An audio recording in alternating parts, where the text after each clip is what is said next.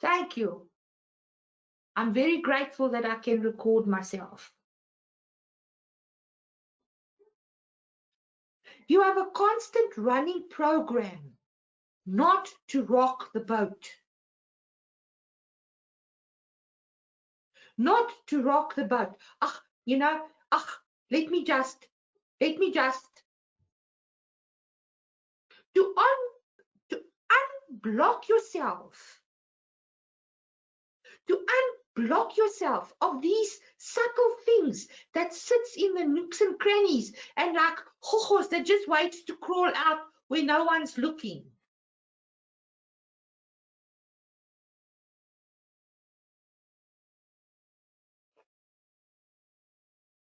What does it mean to rock the boat? To rock the boat doesn't mean that you now have to go in all guns blazing. Cancel that thought. All weapons blazing, as in old days going to war. That you're now going to just annihilate whatever's in front of you. That's not what it means to rock the boat.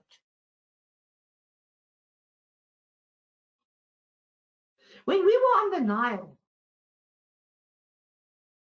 we were on two boats because it was a large group and there were two groups and they divided us plus minus 50-50. So when we went for a trip on the Nile, breakfast run, it was very nice.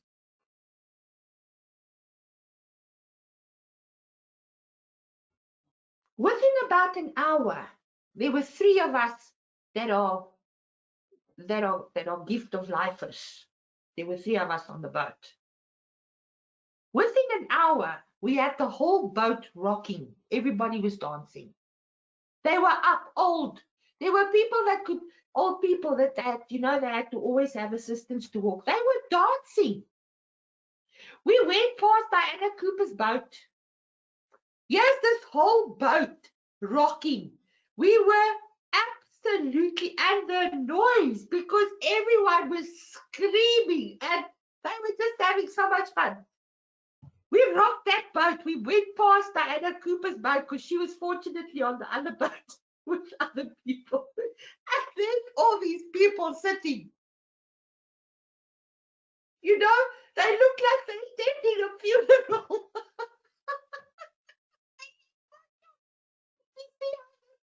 Rocking the boat. It was wonderful. If I go back to that energy right now, my soul just wants to celebrate because it's the most wondrous feeling to feel that joy de vivre. That zest.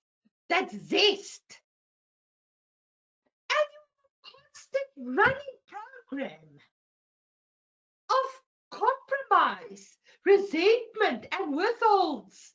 Not to rock the boat. I don't rock the boat. I spin the fucker. Telling you, that's where you now need to start living. You need to rock the boat, not with all this da-da-da-da-da, but with fun, with being light-hearted, with dropping all this heaviness about, death's waiting for me just around the corner. No, man.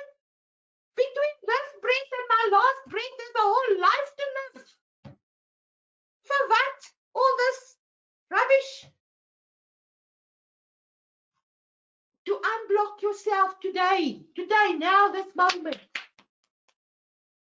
Release your fear of conflict. Please.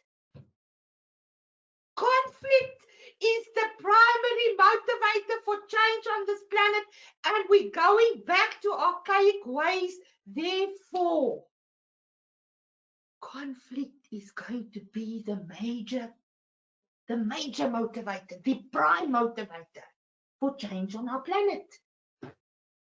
Get used to it. But we don't have to make that conflict a conflict that the boat's going to sink. Sometimes you need to sink the boat so people can swim a bit. Because they even forgot that they can swim. They just sit in the sun and bake. Literally bake. Hulle word gaar. Daar's niks oor nie. Alles is gaar. Well done.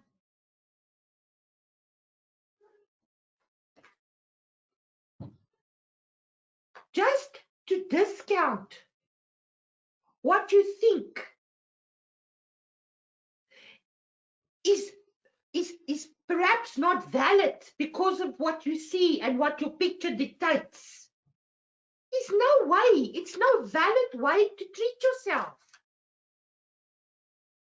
You are never, and I use never as an authority, you are never going to arrive at a place where life is going to deliver for you exactly the way you think.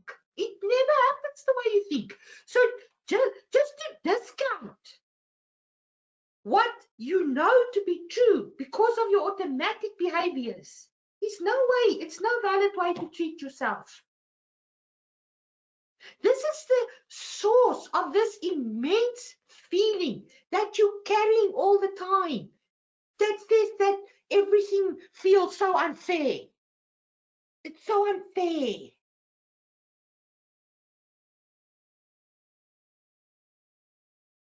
This planet is an unfair place. There's nothing fair about the reality that the universal consciousness has created in terms of the way the human race thinks. And their little pictures that they don't get, and all the energies that they go in because of that.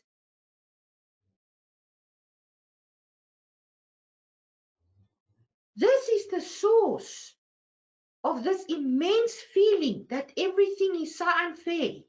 And you place so much judgment and restriction on yourself because your picture says it's unfair.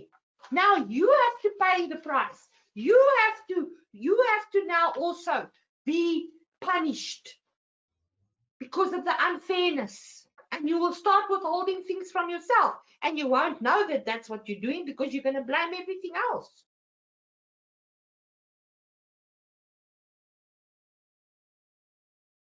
Justifying and explaining away gets you nowhere. Really. It gets you nowhere. When you're living not, I did this in the last session with the truth groups about the natural energy and the deception and the misconception. So trust never needs to prove itself. You're also not going to find any guarantees anywhere in your life. Truth has got no guarantee. If we think the truth's got guarantee, truth doesn't offer you guarantee.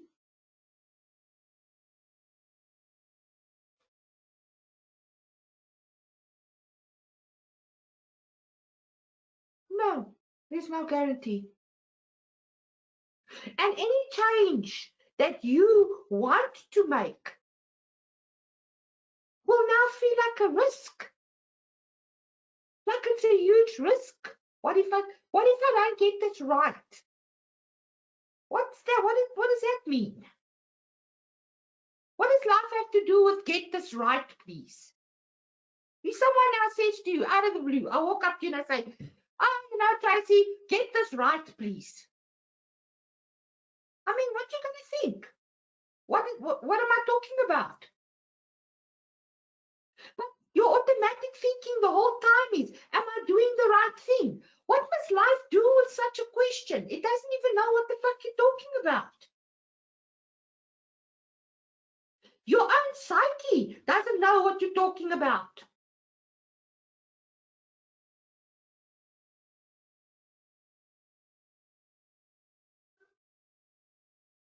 That's no valid way to treat yourself. And changing things does not mean that it automatically gets better. Change is not always better, but change is necessary. It's not better when you have to be strict with your children and you see how upset they are and their heart's sore because they want to go and do stuff that you know that's not going to be good for them. Is it not more important for them to feel unhappy and for you to feel unhappy because you can't make them happy? Because change doesn't automatically mean everyone now feels better. But change is necessary, and change is a constant. And your children, as they grow up, cannot expect of you to still treat them like when they were small and they can just get everything they want. Because life does not work like that. And if you don't prepare them now, they're not going to learn it when they're adults. And some of you have parents who have never been shown. And today, they are like children. They're worse.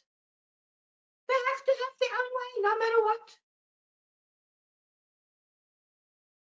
Because their parents didn't show them, they were indulged. They always got sad, whatever they want. And if they didn't get it their own way, then they got sick as children. And today they do the same as adults and as old people, as geriatrics. And they become such a problem. And then they feel like nobody loves them. Because who wants to be burdened with such a problem?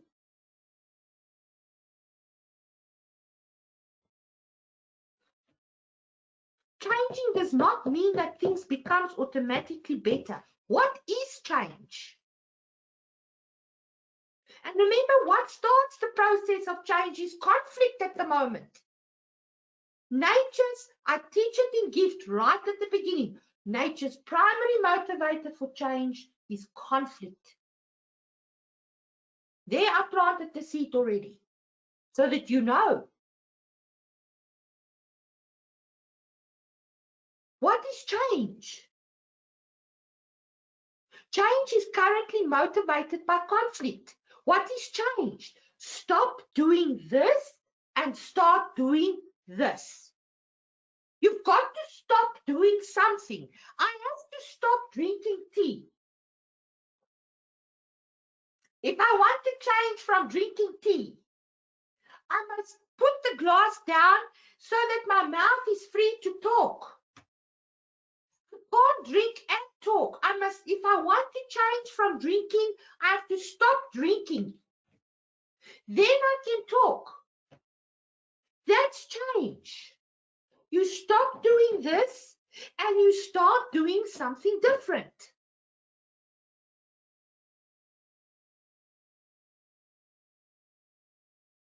So now what does that mean? If you stop doing something, what's the word for stop doing? Discontinue. The word this in Greek, and Tioni can explain it to us just now. I haven't got the proper context of it, but I got the concept. This in front of a word means it kills it. The word this itself means to kill. Disinfect. You kill the bugs. So you stop doing this. This automatic behavior needs to stop. And things are no longer automatic that you can see.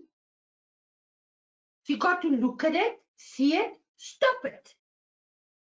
Put a full stop. Stop. Stop doing this and start doing something different. So what in your life today can you see that needs to urgently discontinue?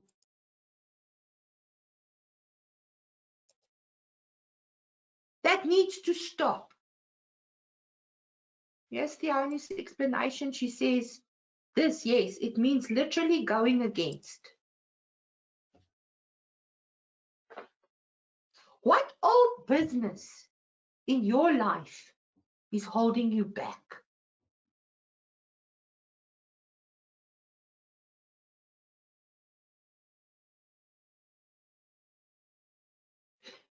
The inner child, the child in you. There's a lot of old business there.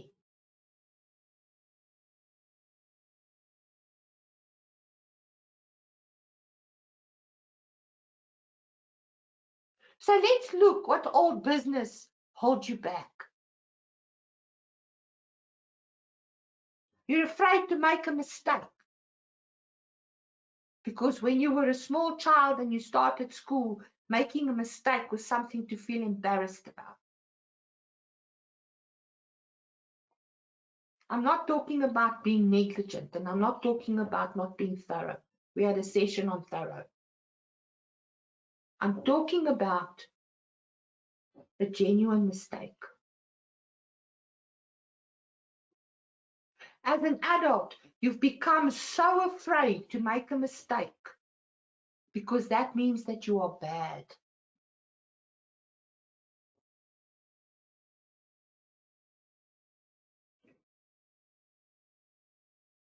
And because you're so afraid to make a mistake, you continuously ask, is this the right thing to do? Because it's not about right or wrong. It's about right versus mistake. We call it wrong, but our automatic behavior says mistake.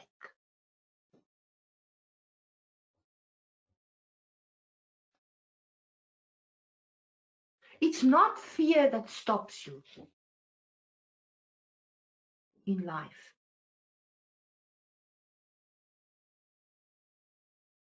It's hiding your power. That's what stops you. And you hide your power through your automatic behavior. And because it's automatic, you don't even know that you're lying to yourself. You live in denial.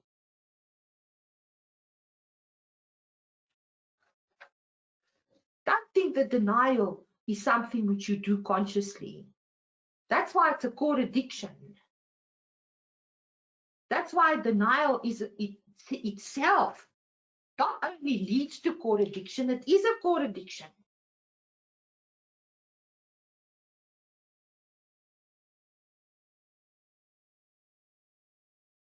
Let's look at the things that you can do in order to start taking charge of these automatic behaviors. And then you say, and yes, we have to accept ourselves. You cannot be anything other than who you are. But the thing is that in that self, there is just such an infinite number of things that you'd never explore or open the cupboard to check what's inside ever, lifetimes. And it's easy to do that. Let me tell you that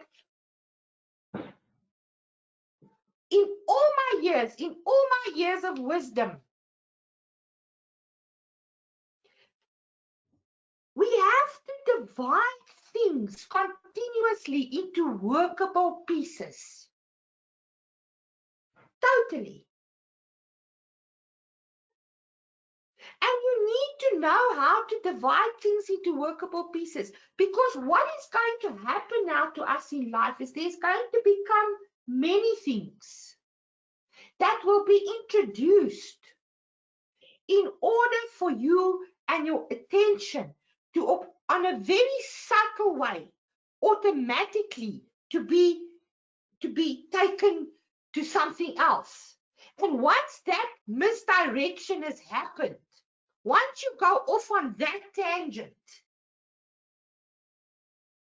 you no longer divide things into workable pieces. You want to get it all done now. And it must all happen now.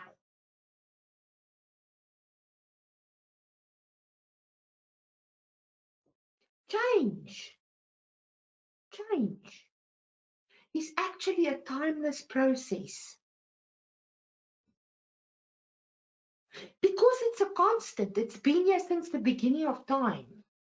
It has no time. There were situations and cycles where what took then a million years now happens in a day, in a moment, in a second, in terms of how things change. And remember, it's not always for the better. So I use my wisdom to make choices that makes new growth come into being. I use my wisdom to make choices that makes new growth come into being. Because that's wise. I'm ready to receive the good I can harvest from my pain. I'm ready to receive the good that I can harvest from my pain.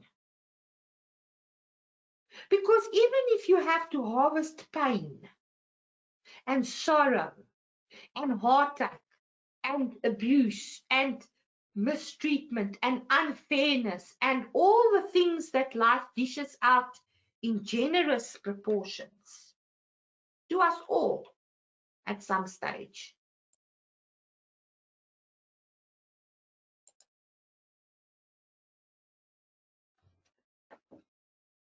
When you can harvest from your pain,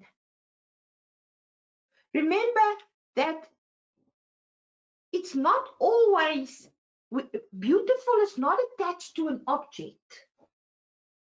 Beautiful is beauty. Beauty is beauty. It's not attached to something that I can say this is a beautiful pen and then I can feel beauty. No, I'm ready to receive the good I can harvest from my pain. I can see what a beautiful person I am. I can see what a beautiful, caring individual I am. I can see how beautiful my light shines in this world. I can see the wonderful things about myself, which I also know is wonderful. Because when I encounter that in someone else, I think that's wonderful. And that feels nice. It's a warmth. It's a feeling of, what you looking at, boy? It's a feeling of wonder and ecstasy and it's an energy and a strength that you find that supports you to move away from things that's holding you back. Because there are going to be moments in your life where things absolutely feel like it's the pits. Me too. Is there anyone that cannot say me too? It's not an exclusive place. It's not a place that only you know. We all know that place in different degrees, but we know it. And some of us in our rebelliousness will take it to its absolute extreme in order to say we know it.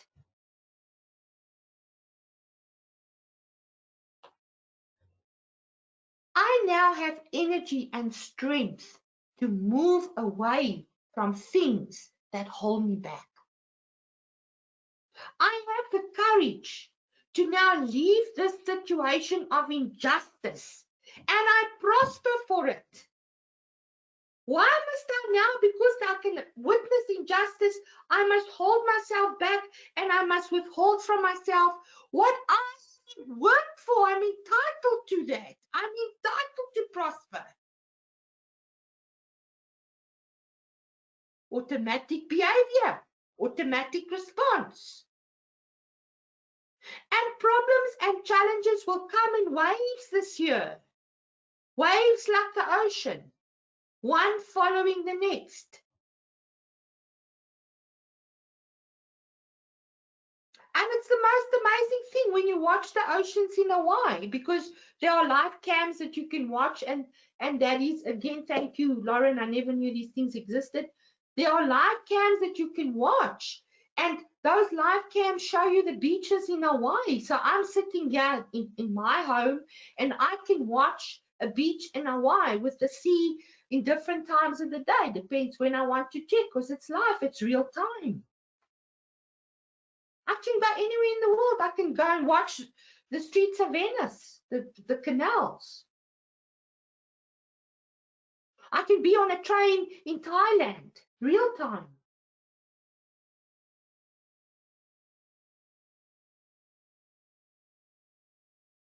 There is no more time and space. You can be anywhere at any given moment. Also, what you perceive to be out there, the same applies in here. And in here, inside, when you go inward, there's absolutely no limit there. You discover a vastness, a timelessness. That's the place where 300 million or 300 billion light years starts becoming the language of note.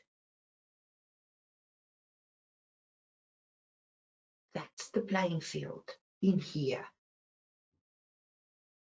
And if you want, in here, but in here will follow when in here is fully in charge. Then this becomes a place of great discovery, not a place of automatic responses and automatic decisions and automatic behaviors and denial and source and core addictions. Then this becomes your friend. There was once a guru, I can't remember his name. I came across him, I think in 1991. Indian guru, he had blue eyes. And he had these long grey locks, long grey hair. He's a very interesting man. He said to me, I did a whole thing for him where I stayed in Randjiesfontein. We had a marquee and everybody had to dress in white. And there was probably, I don't think I ever want to arrange something like that again, but there was probably about 180 people to come and listen to this guru that day. And we fed all of them. We made biryani, vegetable biryani. And he said to me, because I had several personal audiences with him, he said to me that befriend your mind and be with God. Because when you can befriend your mind, that your mind doesn't become all these things that I constantly bring to your attention, because they are subliminal. You don't know that you're doing them. That's why Jesus said on the cross, forgive them, for they know not what they do. For most people now, problems and challenges comes in waves this year. And the seas in Hawaii is a wonderful thing to watch, because sometimes that sea is so flat that there's hardly a wave. It's like, I'm thinking to myself, is this the same place where we were yesterday? And then in the next day, the waves are so tall that they are regarded as a beach with one of the tallest and the biggest waves in the world, where the surfers go. The same ocean. I've never seen anything like it. And that's how our lives are. Sometimes your life in the oceans of your life is so calm, there are no waves. But that's not what the sea is supposed to look like. The oceans of life has got waves, man. It crashes and it's alive and it's active. And each one of those waves is each one of us in the ocean of life. It doesn't mean when there's no wave that there's no ocean.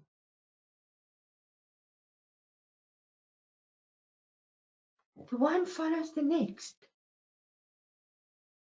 But for some people, those seas are rough at the moment, and the waves are huge. So how will you now shift this reality presented to you as problems, as curveballs, to discount your power and your abilities and your potentials? These are invitations for you to examine how you think. Because it's your thinking that needs to change. Because the thought comes before the feeling. And you need to shift it now so that the feeling comes before the thought. Because you need to know why you feel the way you do. Because by now you should have the reasoning to be able to say, if I'm withholding, it means I'm going to feel separated. If I'm busy feeling compromised, I'm going to feel resentful and angry. What am I compromising? Why you feel the way you do, and how to see things in a very different light. You need to shine a different light on it. You need to see a different angle. You need to bring a new perspective. Change means discontinue. You cannot keep on looking at something in the same way and expect it to change. This year of 2020, and we're more than halfway through it already. We've got a very short period left in order to use this phenomenal year of 2020 vision. Look how much has been introduced into our lives to distract us from really looking at what 2020 has to offer. Whew. It's a portal that's not going to be available for us for a very, very long time. This year is the invitation to introduce new perspective into your thinking and your belief systems. It's 2020 vision. Look, you discover again and again what you thought were impossible situations are not that at all.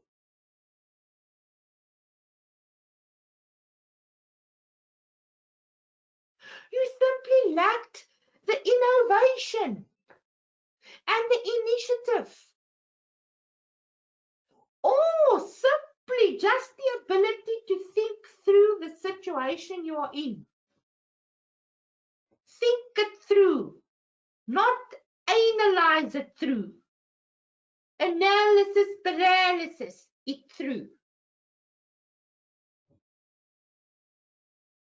You lacked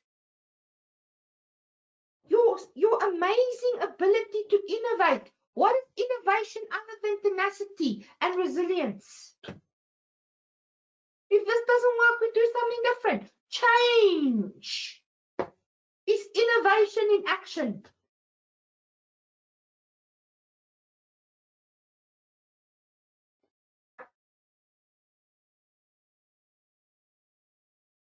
Or something so simple. Just to ask the questions that you ask in a different way, so that you can be more kind to yourself.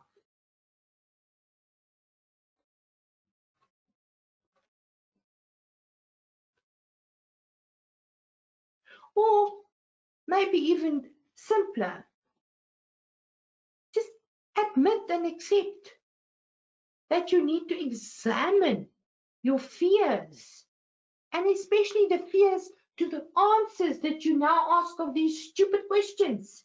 And they really are stupid questions. Some of them are questions that's not even available to be answered the way things are and the way things are created. What am I going to say to that man tomorrow? How must life know? Doesn't happen yet. But you're asking it of something, I don't know what. But what you're asking for and what you're asking about is somewhere in the future. It hasn't happened yet. Who knows what's going to happen?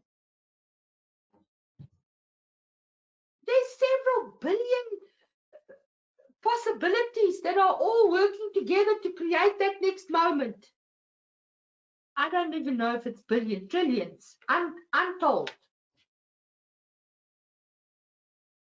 Connections needs to match in that moment so that that thing can happen. You don't live on an island. You're part of life. It's a phenomenal amount of energy that is constantly merging and dancing with each other to create situations and things.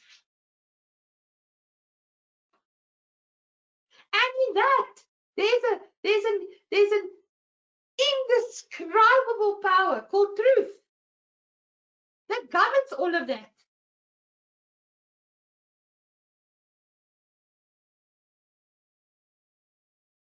So now you need to start examining these fears that you hold around the answers that you might get. You know, I have such a fear. I couldn't even take my own blood pressure. I had to ask someone to please help me because I was too afraid to do it by myself. I mean, now that is a, your fear of the answer. And I don't even have body fear. None. But look at my automatic behavior that immediately denies the place that I find myself now. I'm in a good space. I really, but I introduce things through my automatic behavior, through my core addictions, my core habits. And my explanation was, you know, it's just nice to be able to know there's someone that's there for me when I'm performing this deed. You know, I'm not here all by myself. What a stupid justification that is. I love being by myself. I love it. I'm telling somebody something that's making what I love and cherish something that's wrong. And maybe even unfair. Who knows what's going on when I'm not aware? Oh my word.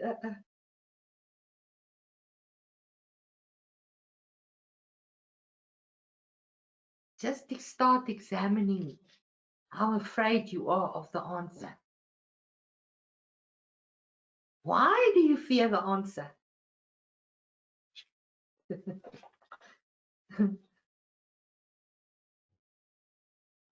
Because how do we cope living amongst those who believe in vengeance? There's a tremendous amount of people on this earth at the moment that believe in vengeance. And even in the game of sport, vengeance has become a motivator.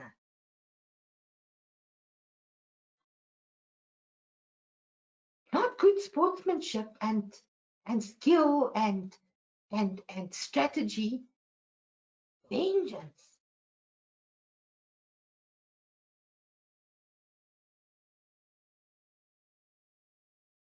You are generous and considerate. You are something which this planet cherishes and treasures because of who you are. Not because of what's happening in your life, but because of who you are. You can never be anything other than who you are. But you've become things that you're not even aware of. Because right at the start, I asked the question. I said, yeah, how do you want others to see and think of you? When you are in these automatic places where you become anal to yourself even.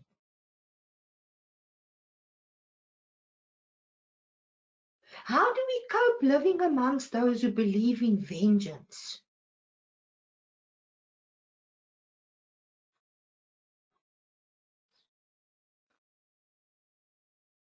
You are generous and you are considerate.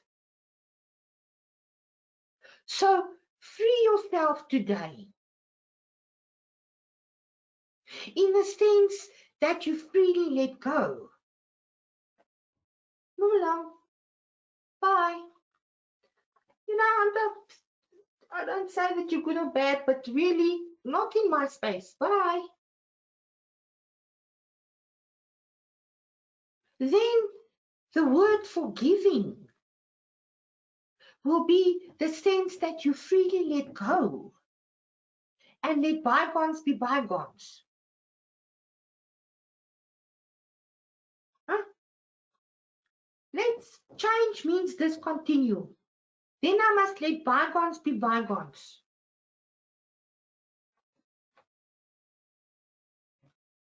Because if you had the opportunity to ask the all-knowing question to life, and you know that it will be answered immediately, and you will be able to, that change will be, you see, you know, you understand, and that change will happen instantaneously. What will that question be? If life comes to you and says to you, you can now ask me one question, because you ask questions all day long. And life says you can now ask me one question, an all-knowing one question, that you know that when it is answered, and it will be answered immediately. What will your question be?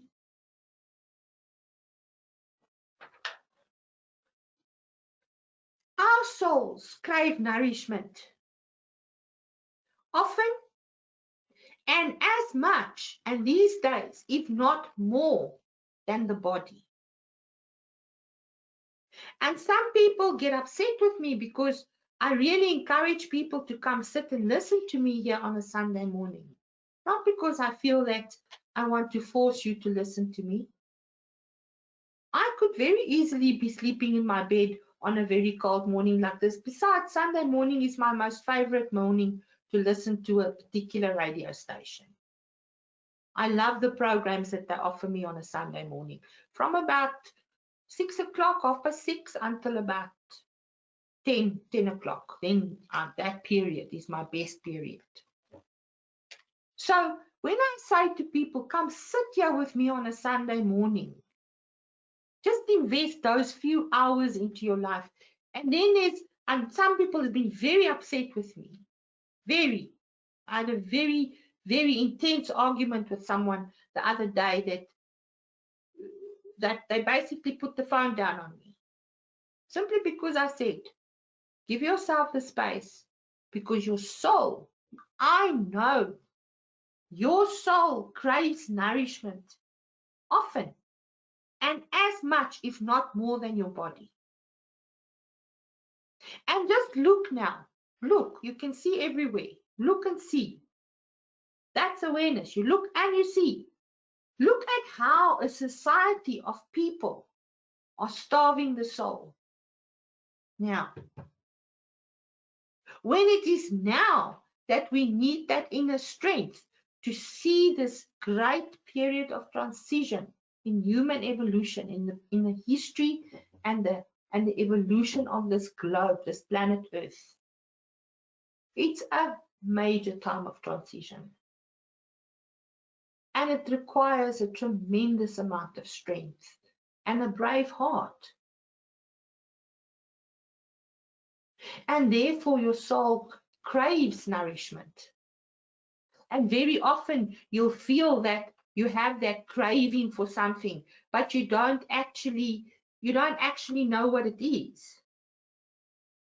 And a lot of people actually go and they become so obsessed with things.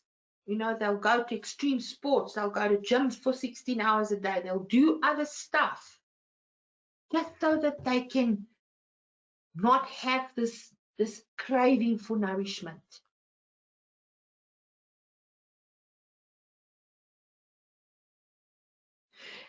Because when we starve the soul, what follows is a disconnect.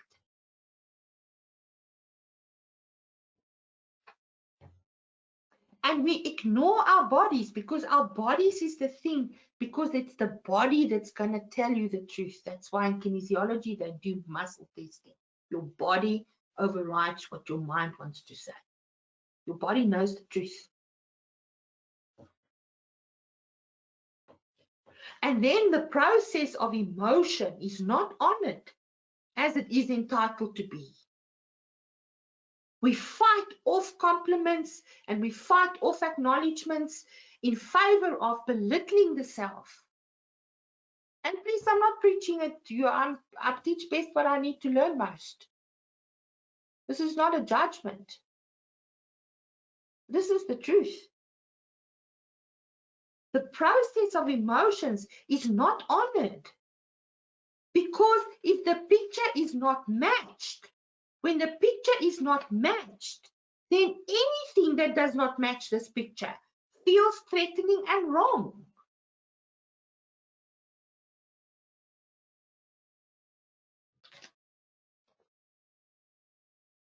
And we are already living amongst people who believe in vengeance. That's the currency of the world at the moment, is vengeance. And in that, your soul craves nourishment. And much more than your body.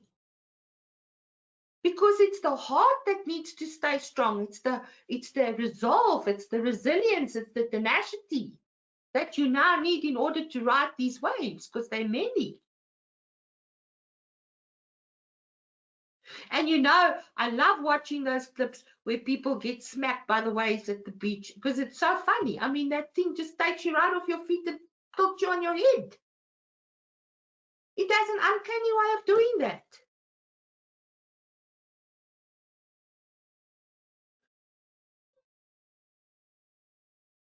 Because we do not honor the emotions. We do not honor the vulnerability. And we feel this entitlement, to now fight off our compliments and acknowledgements, and we rather, belittle the self, because there we feel more comfortable. It's automatic. We don't have to think about it. And that's when you start refusing support, because where else are you going to get nourishment for your soul except from someone who can actually take you to places that you don't know that you don't know? And you refuse support. You refuse. What is the greatest way of support? It's your ability to receive.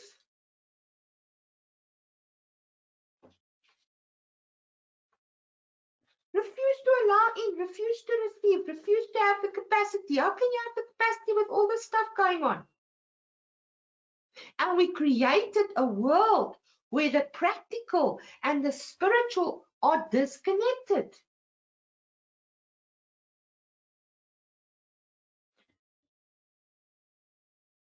What lights me up and feeds my soul? That's what we should be asking.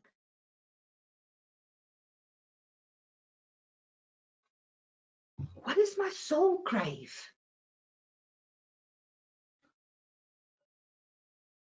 And then to be able to say, I choose to nourish my soul. And I choose to let it be easy and effortless. I choose to elevate and expand my worth. Because I know that I'm worth it. I'm worth it. If you trust me, I'm worth it. If you walk a path with me, I'm worth it. If you listen to my words, I'm worth it. If you look at my example, I'm worth it. There's not a single thing that I need to turn away and hang my head. And yes, I have an illustrious past. I've done some hectic stuff in my past, without a question, because I've lived life. But who I am, and who I will always be, and who I have always been, is truth.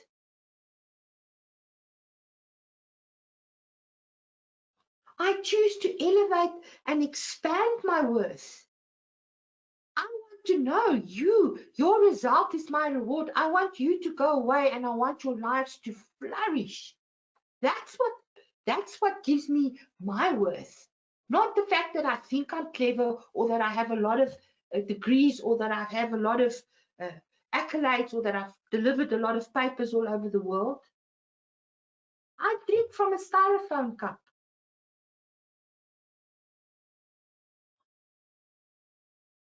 I prefer a wooden one, but a styrofoam one will also work because it can hold the coffee. And I love coffee. I love a good coffee.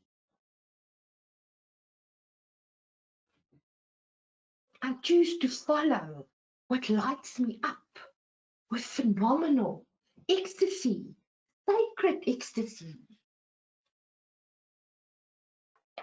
That when I look at my life, all I can say, my life is good. My life is so good.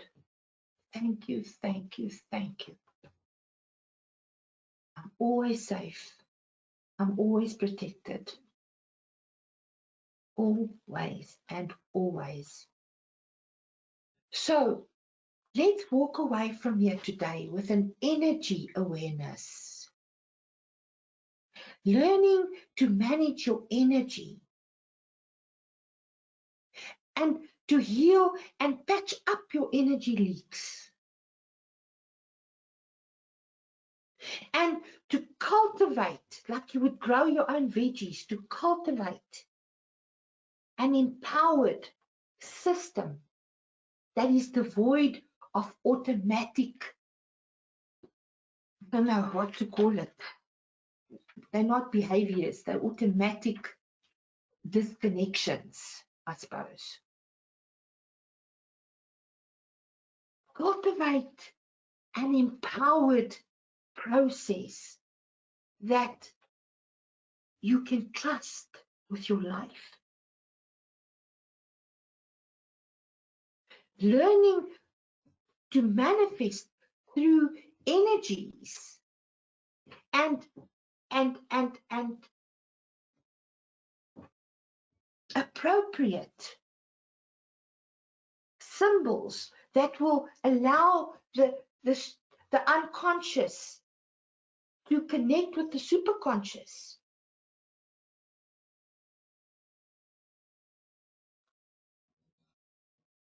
That you start shifting your life out of menial relationships into sacred relatedness.